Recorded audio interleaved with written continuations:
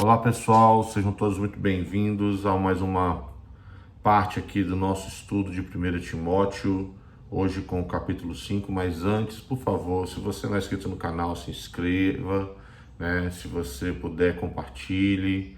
Vamos fazer esse projeto aqui de discipulado, de leitura da palavra, de devocional, crescer juntos. Conto com você. Então, capítulo 5 de 1 Timóteo. A primeira divisão do texto vai tratar dos deveres dos pastores para com as variadas classes de pessoas.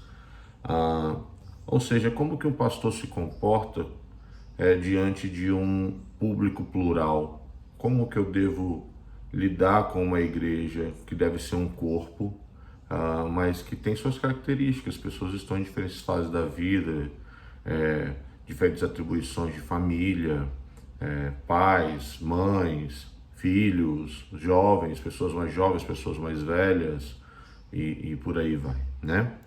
Então ele começa, versículo 1: Não repreenda ao homem idoso, antes exorta-o como um pai, aos moços como irmãos, às mulheres idosas como mães e às moças como irmãs, com toda a pureza. Então, o sentimento que Paulo instrui para o jovem pastor Timóteo é um sentimento de acolhimento familiar. É óbvio que guardadas as devidas proporções, mas o sentimento, a ideia para a qual eu me relacione com os meus irmãos de uma forma saudável, os vendo em suas fases de vida como membros da minha família. Então, se é uma pessoa mais velha, uma pessoa que já está mais avançada em idade, eu preciso respeitá-la e ter pureza e carinho com ela, né? Lembrando da minha mãe, lembrando da minha avó, ou por aí vai. Então, para que se desenvolva esse vínculo entre as pessoas, é importante essa ideia familiar, para que gere um ambiente de pertencimento saudável. Versículo 3: Honra as viúvas verdadeiramente viúvas, mas se alguma viúva tem filhos ou netos, que estes aprendam primeiro a exercer a piedade para com a própria casa e a recompensa de recompensar seus progenitores, pois isto é aceitável diante de Deus. Então, como que funcionava a assistência social? Vamos chamar assim, né? O sistema de assistência social aqui na antiguidade era os filhos serem responsáveis pelos seus pais. Por que as viúvas estavam em uma situação ruim? Porque muitas não tinham filhos, elas tinham perdido os filhos, né? Lembremos que a expectativa de vida aqui era muito baixa, né? Por conta de vida insalubre, falta de higiene e por aí vai, né? Cuidados básicos de saúde, coisas que a gente, em tempos contemporâneos, a gente consegue lidar com mais certa facilidade. Na época ali não era uma coisa possível. Então era muito comum senhoras, né, não terem mais filhos por conta de morte, de doença e por aí vai, e serem viúvas. Então não ter quem as acolhesse, elas não tinham quem as suportasse. Então ele está ensinando que quem tem a mãe, as viúvas que têm filhos, esses filhos precisam assumir a responsabilidade primária. Paulo não está ensinando, nós vamos continuar lendo, que a igreja não tem compromisso com o serviço das viúvas, mas ele está ensinando a importância da valorização do papel dos filhos ao cuidar das mães, das viúvas, das mulheres viúvas, né? 5. Aquela, porém, que é verdadeiramente viúva e não tem amparo, espere em Deus e persevere em súplicas e orações noite e dia. Entretanto, a que se entrega a prazeres, mesmo viva, está morta. Prescreve, pois, estas coisas, para que sejam irrepreensíveis. Ora, se alguém não tem cuidado dos seus, especialmente dos da própria casa, tem negado a fé e é pior que o descrente. Então ele está ensinando aqui que existiam também mulheres que se utilizavam da posição de viúva para esconder ou mascarar uma vida dissoluta que não tinha a ver com o sentido aqui do cuidado, né, da igreja, porque estão negando a fé, enfim. E então ele arremata esse pensamento quando diz que aquele que não cuida da própria casa é pior que o descrente. Então, essa ideia de nutrição familiar, de construção de lugar de pertencimento, tanto na comunidade da fé quanto no ambiente domiciliar, é a base da nossa fé cristã. É ali que a gente experiencia, é ali que a gente vivencia os princípios do Evangelho de forma real, né, palpável. 9.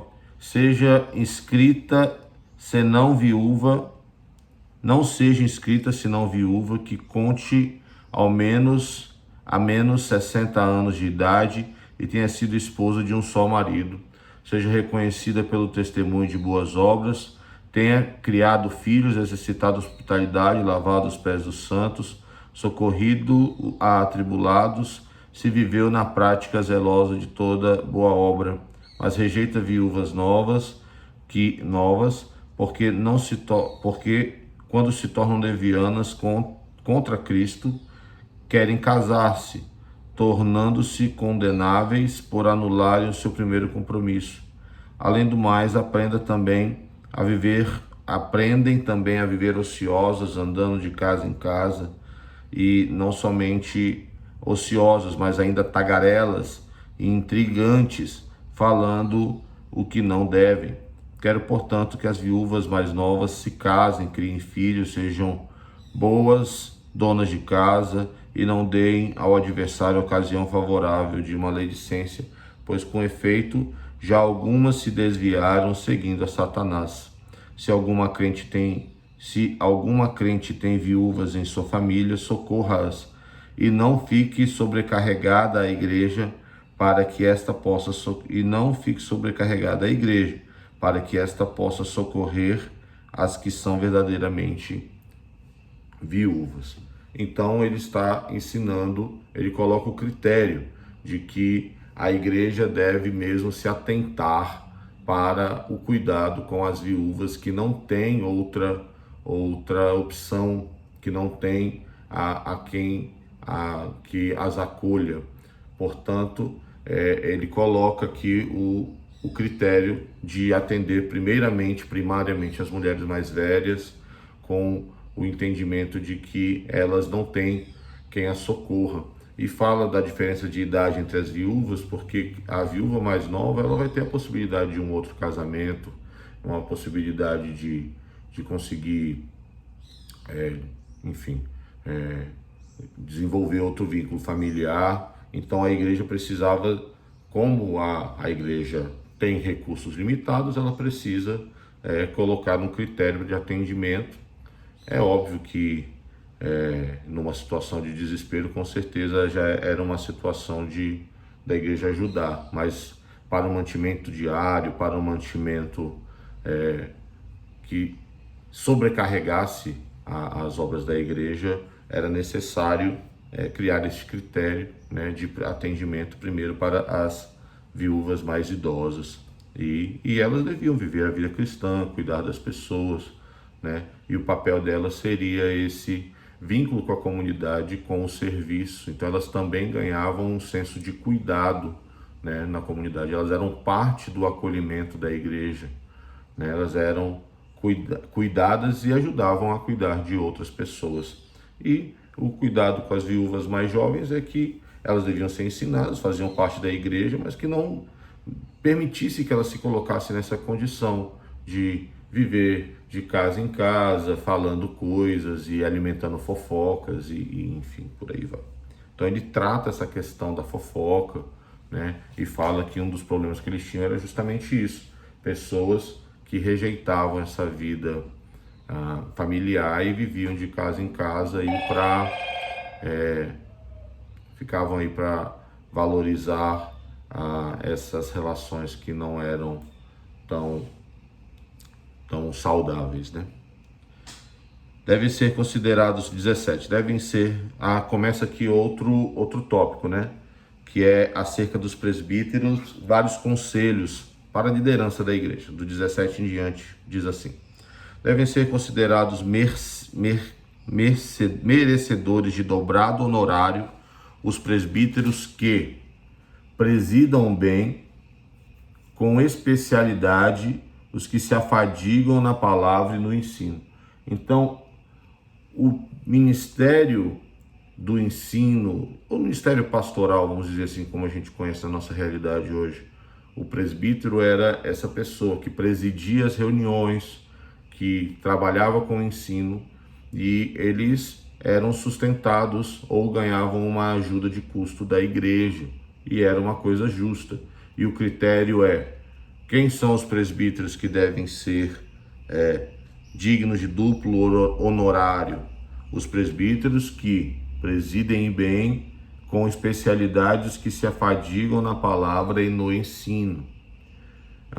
Ou seja, homens dedicados ao ensino da palavra. Pois a Escritura declara: não amordaces o boi quando pisa o trigo, e ainda o trabalhador é digno de seu salário.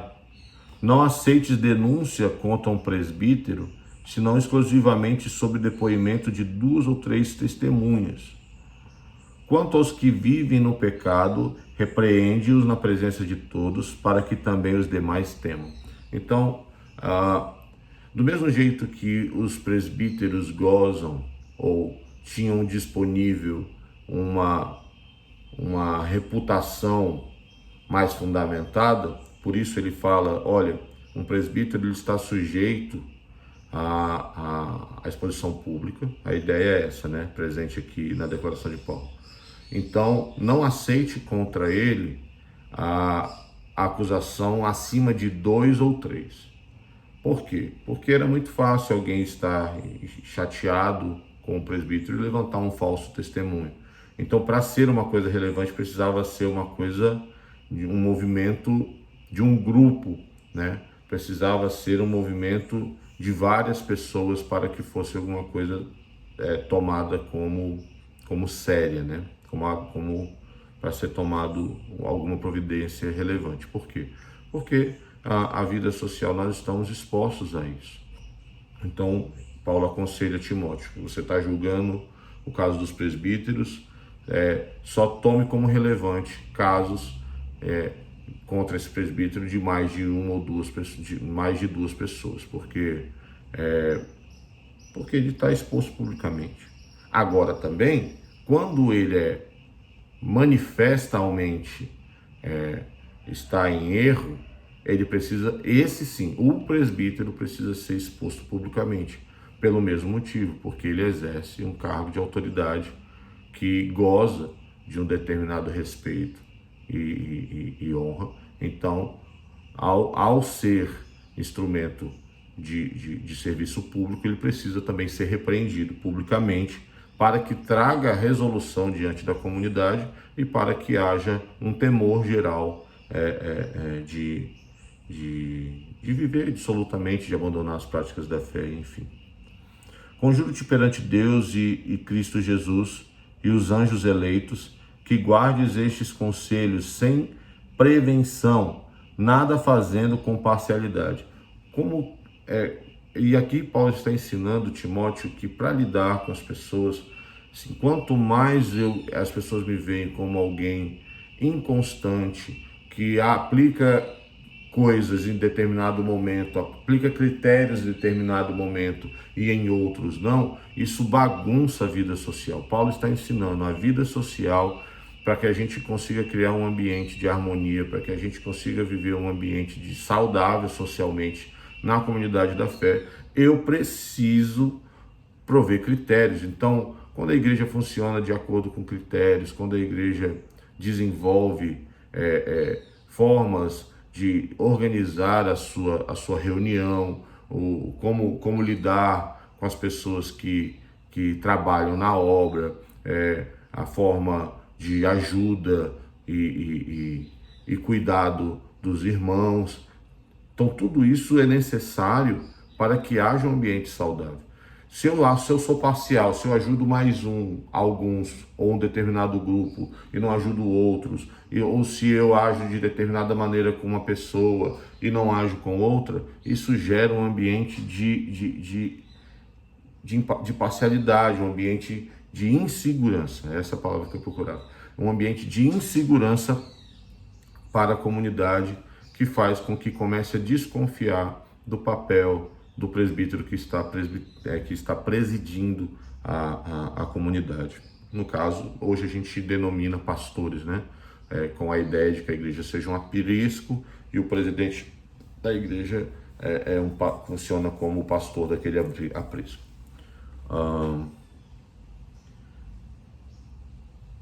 22. A ninguém imponhas precipitadamente as mãos, não te tornes cúmplice do pecado de outros e conserva-te a ti mesmo puro. O que é impor as mãos precipitadamente? É entregar liderança para pessoas sem que ela seja provada no ambiente da sociedade, da comunidade da fé.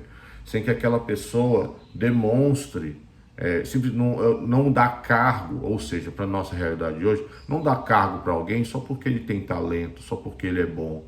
Porque senão você está se expondo e expondo a tua comunidade. Porque quando um pastor, um líder de comunidade entrega um encargo, uma responsabilidade para alguém, ele está se colocando como fiador daquela pessoa para a relação com os fiéis. Então nós precisamos, né, ter muito cuidado com essa ideia de manifestar autoridade na vida de alguém antes de um tempo hábil, né, vamos dizer assim. Então é preciso que a pessoa seja provada. E nisso eu estou demonstrando cuidado comigo, com o meu ministério, com as coisas que me forem encarregadas. Estou tendo cuidado com o ministério da pessoa em questão, para que ela também não se perca no processo de amadurecimento dela. E eu também estou poupando a minha comunidade para que ela não seja exposta ao serviço de um neófito que não vai saber lidar bem com a situação, que vai agir de formas fora ainda dos princípios do Evangelho, e por aí vai, né?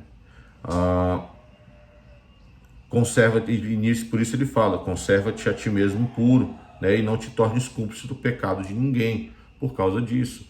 Porque quando eu coloco a mão para estender autoridade sobre a vida de alguém, eu me coloco como fiador dela. Então ter muito cuidado com isso, né? De estabelecer vínculos com pessoas com quem você já tem uma relação provada, né? Pelo tempo, pelo testemunho. Não continues a beber somente água, usa um pouco de vinho por causa do teu estômago e das tuas frequentes enfermidades. Nós temos que pensar que o contexto de Timóteo e de Paulo aqui era de pouco recurso farmacêutico, ou seja, havia pouco remédio disponível à época. Então o vinho, por se tratar de álcool, por ter substâncias vindas, lógico, da uva, ele funcionava como um atenuante de dor, funcionava como antisséptico, porque o álcool ele funciona, né, como esse instrumento de limpeza, como ferramenta de limpeza para o corpo. Então, por isso o conselho de Paulo. Muita gente usa essa passagem para fundamentar um comportamento um comportamento ébrio, né? Ou seja, dado ao vinho. E o vinho em si não tem nada de mal, né? Mas culturalmente lá na época era uma coisa mais aceitável do que para nós hoje. Nós temos farmácias, nós temos medicamentos à disposição, e o vinho e estar dado ao vinho na nossa cultura aqui é uma coisa, eu ia falar tabu, mas é uma coisa mal vista, extremamente mal vista, por conta da vivência que a gente tem numa vida sem Cristo, né? A maioria dos irmãos vem de uma vida sem Cristo e principalmente aqui no Brasil, beber ou não beber é basicamente um meio de você validar se a pessoa é crente, é cristão ou não, né? No ponto de vista bíblico, a bebida, ela não tem mal algum, né? No ponto de vista bíblico, a bebida não tem mal algum, porque ela vem de outro contexto social. E o significado da bebida lá era comum, né? Para nós aqui ganha outros contornos por conta da vida social que a gente tinha antes de Cristo. A maioria do nosso corpo cristão aqui no Brasil hoje veio do mundo, vamos usar essa linguagem, né? Do mundo, veio de uma vida não cristã, vamos dizer assim, sem os valores cristãos, e era dado à bebida, ao consumo de álcool, ao vício de álcool, a estar bêbado, a perder o salário numa vida. Então, quando vem para Cristo, se torna uma pessoa abstêmia. Então, de modo geral, a igreja no Brasil é abstêmia por conta disso, né? É óbvio que existem as exceções, mas de um modo geral, a igreja no Brasil é abstêmia por conta disso, porque o nosso contexto é de pessoas convertidas ao evangelho que não constroem um costume de bebida para não estar relacionado com uma vida antiga. Então, é isso. Então, de modo geral, a igreja do Brasil não se posiciona como abstêmia, como não dada ao consumo de álcool. Mas, do ponto de vista bíblico, o problema não é o álcool, o problema é a natureza humana viciada no álcool, dada a obras da carne, embriaguez. A Bíblia, inclusive, condena a embriaguez, né? Condena o vício, condena a usar o álcool de forma sem moderação, vamos dizer assim, né? Então é isso. Então a Bíblia nos ensina a moderação, o equilíbrio. E nós aplicamos esse sentido na nossa cultura brasileira, nos afastando do uso da bebida por nos remeter a uma vida sem Cristo, né? Então a maioria dos crentes no Brasil são abstêmios por conta disso. Sigamos. O pecado de alguns homens são notórios e levam a juízo, ao passo que os de outros só mais tarde se manifestam. Da mesma sorte também as boas obras antecipadamente se evidenciam e quando assim não seja, não pode ocultar-se. Então o que Paulo está encerrando o capítulo 5? Ele está lembrando lá do versículo 23, ele está reafirmando o porquê de não impor precipitadamente as mãos sobre a autoridade para alguém. Porque as obras das pessoas não são patentes aos nossos olhos no primeiro momento de forma clara. Às vezes ela demonstra um bom comportamento, mas tem coisas ainda escondidas. Às vezes, ao contrário, ela está no mau momento, mas ela é uma boa pessoa. Então nós temos que dar tempo ao tempo, dar espaço para as pessoas serem elas mesmas, demonstrarem o nível de fé que elas vivenciam, o nível de relacionamento com Deus que elas experimentam, e só então a gente entregar responsabilidades para elas depois de um tempo provado de fé que traga um equilíbrio na vida dela. Então esse foi 1 Timóteo capítulo 5, espero que você tenha gostado. Mais uma vez te peço, se você não é inscrito, se inscreva no canal, me ajuda divulgando, e nós vamos estar encerrando no próximo vídeo com 1 Timóteo capítulo 6. E depois que a gente encerrar a série de 1 Timóteo, nós vamos continuar com a série de 2 Timóteo. Então que Deus os abençoe, vá em paz, Deus abençoe.